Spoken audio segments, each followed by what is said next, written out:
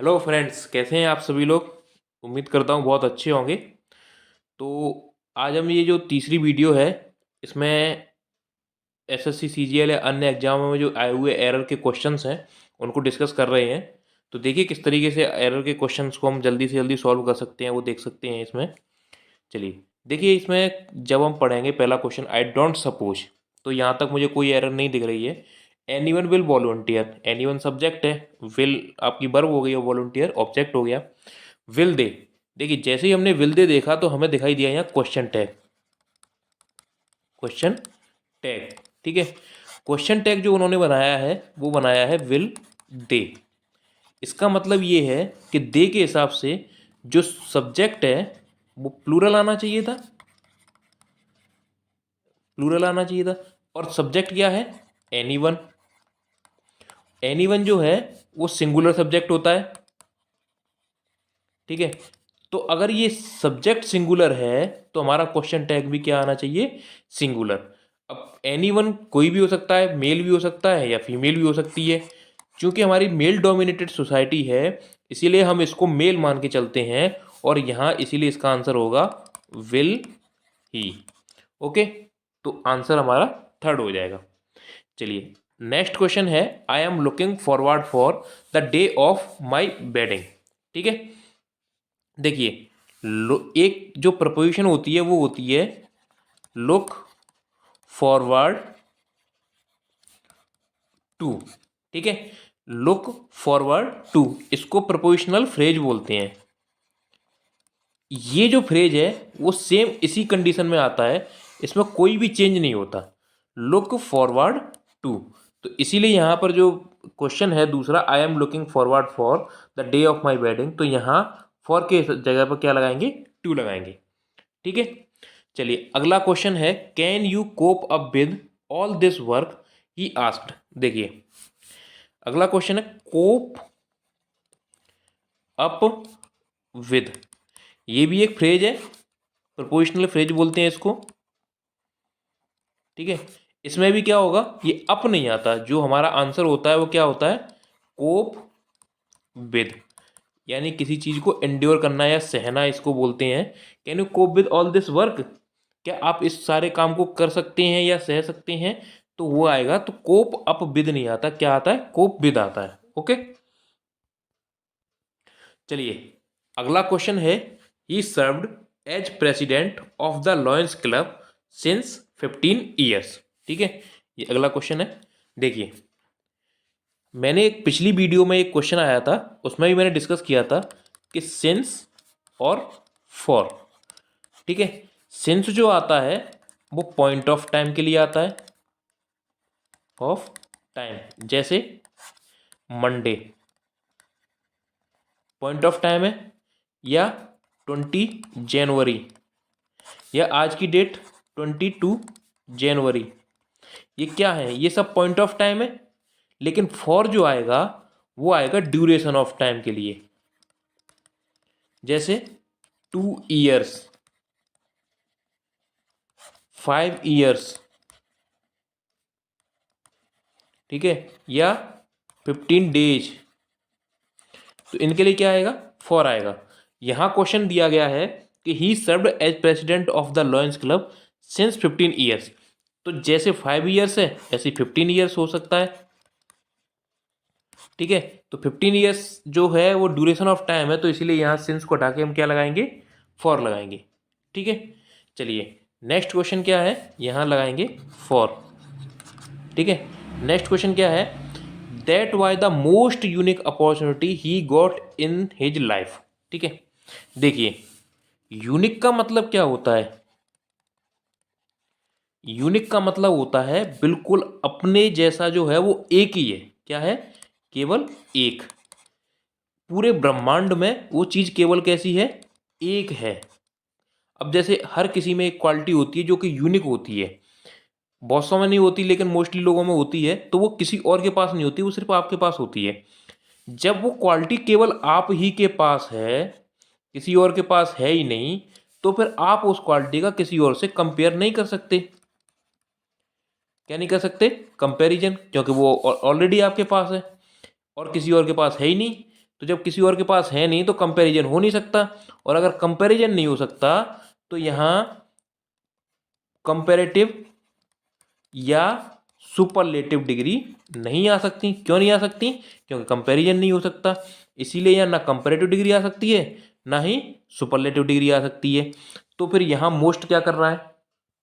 तो this was unique opportunity. यहाँ most, अब जब सुपरलेटिव डिग्री नहीं आएगी तो फिर इसके साथ आने वाला दा भी नहीं आएगा। क्यों नहीं आएगा? क्योंकि दा तो आया है किसके लिए? सुपरलेटिव डिग्री के लिए। अगर सुपरलेटिव डिग्री नहीं है तो दा भी नहीं आएगा। तो हमारा जो आंसर हुआ वो क्या होगा? This was unique opportunity he got in his life. Okay, most और मोर इसके साथ नहीं आएंगे। चलिए नेक्स्ट क्वेश्चन है, there is no place of you in this compartment. देखिए ऑफ जब आता है वो क्या दिखाता है? पजेजन। ठीक है, ऑफ किस क्या दिखाता है? पजेजन। ठीक है, जैसे the gold of this ring. यहाँ जो गोल्ड है वो किसके बारे में बात कर रहा है? इस रिंग के बारे में, यानी कि इस रिंग या गोल्ड का जो पजेजन है वो इस रिंग पर है।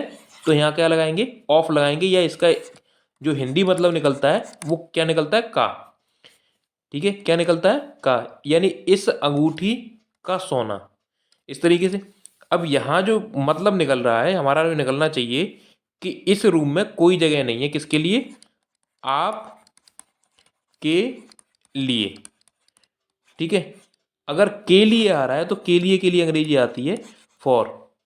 ठीक है, तो यहाँ क्या होगा? There is no place for you. ठीक है, तो हमारा आंसर क्या हो जाएगा? बी फॉर बॉम्बे, यानी कि सेकंड। चलिए next question.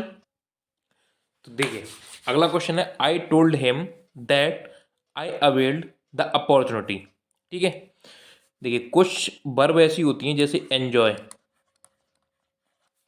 Avail, pride, etc etc. ये जो वर्ब हैं ये हमेशा अपने साथ रिफ्लेक्सिव प्रोनाउन लेती हैं। क्या लेती हैं? Reflexive pronoun. ठीक है, रिफ्लेक्सिव प्रोनाउन। तो एंजॉय, अवेल, प्राइड, इस तरीके की कई सारी वर्ब होती हैं जो अपने साथ क्या लेती हैं? रिफ्लेक्सिव प्रोनाउन लेती हैं। तो जैसे यहाँ कहा गया I told him that I availed the opportunity, तो यहाँ सही आंसर होगा आई अवेल्ड माई सेल्फ। आई के हिसाब से ही क्या आएगा? यहाँ रिफ्लेक्सिव प्रोनाउन आएगा, तो आई का क्या होता है? My self the opportunity. ठीक है, चलिए नेक्स्ट क्वेश्चन है, आई थिंक ही ओन्स। देखिए आई थिंक ये सब्जेक्ट है, ये वर्ब है, इसमें कोई एरर है नहीं। चलिए आगे पढ़ते हैं। ही ओन्स, ही और ओ डब्ल्यू एन एस ये सिंगुलर है, इसी के हिसाब से सिंगुलर वर्ब आई है। ठीक है, एन एक्सपेंसिव, देखिए एक्सपेंसिव इसके हिसाब से आया, आर्टिकल एन आया है, ई के हिसाब से एक्सपेंसिव। Painting by Hussain. ठीक है, हुसैन जो है वो पेंटर का नाम है और पेंटिंग उनकी है, इसीलिए लगा दिया है बाई हुसैन। तो यहाँ पर कोई भी दिक्कत पूरे सेंटेंस में नहीं है, इसीलिए इसका आंसर होगा नो एरर। ठीक है, चलिए नेक्स्ट क्वेश्चन क्या है कि it is time we should have done something useful.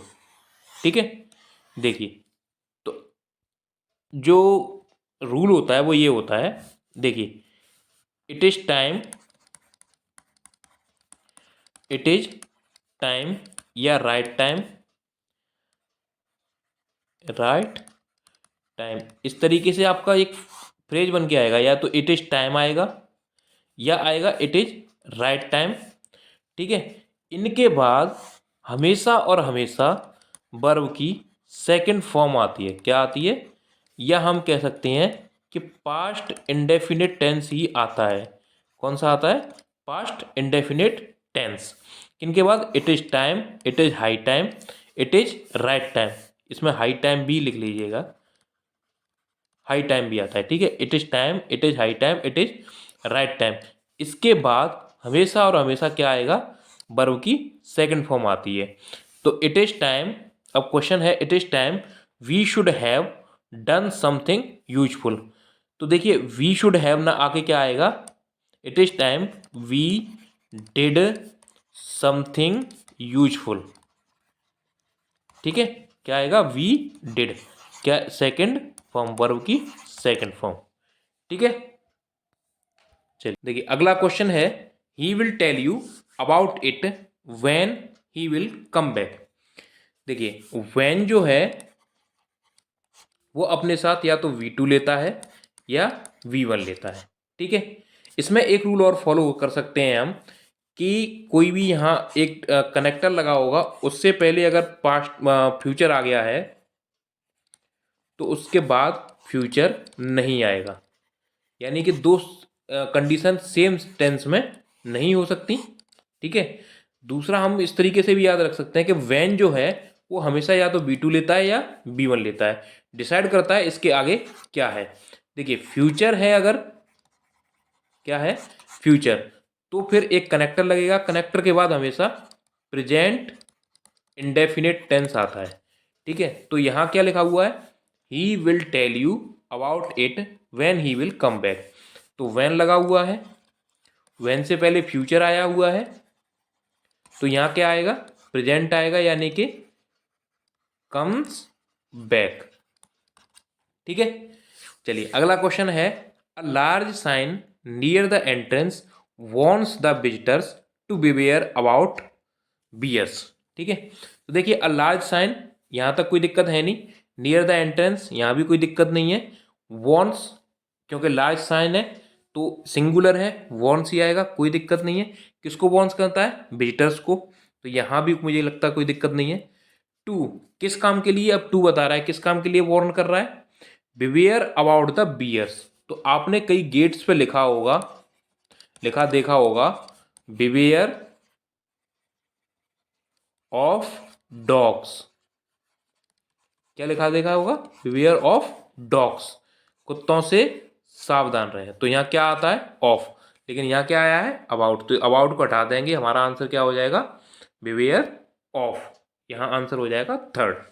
ठीक है, तो वीडियो आपको मुझे लगता है कैसी लगी ये ज़रूर बताइएगा, और ज़्यादा से ज़्यादा वीडियो को शेयर कीजिएगा, लाइक और सब्सक्राइब जरूर कीजिएगा चैनल को, जिससे कि इस तरीके की और ज़्यादा वीडियो हम आपके लिए प्रोवाइड करा सकें। और अभी तो ये स्पोर्टिंग एरर चल रही हैं, ठीक है, स्पोर्टिंग एरर्स हैं, उसके बाद हम आपके लिए इम्प्रूवमेंट्स और फिल इन द ब्लैंक्स भी लेके आएंगे, फिल इन द ब्लैंक्स। ठीक है, और उसके बाद क्लोज टेस्ट, क्लोज टेस्ट और रीडिंग कॉम्प्रिहेंशन, ये भी हम आपको प्रोवाइड कराएंगे पूरी तरीके से, और ये भी बेटर लेवल पे हम बेस्ट जो होगा वो हम आपको प्रोवाइड कराएंगे। ठीक है, तो ज़रूर बताना कैसी लगी वीडियो, और चैनल को सब्सक्राइब जरूर करें। Okay, bye.